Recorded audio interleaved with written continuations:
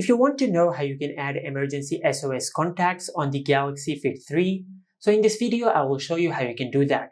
First of all, just swipe up and open the app drawer, and in the app drawer, just go to settings. From here, just tap on safety and emergency, and at the top of the screen, just tap on emergency contacts. Now just tap on set on phone, and on your phone, this page will pop up. Now if you want to add emergency contacts from your contacts list, just tap on select from contact, and you will be able to select any contact from the contact list to add it to your emergency SOS contact list. Or you can select create contact. And after you do that, you will be able to create contacts and to add it to your emergency SOS contact list.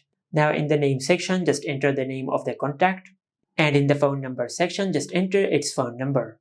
Then tap on save. And once you do that, you will add the contact to the emergency contact list. Just like that.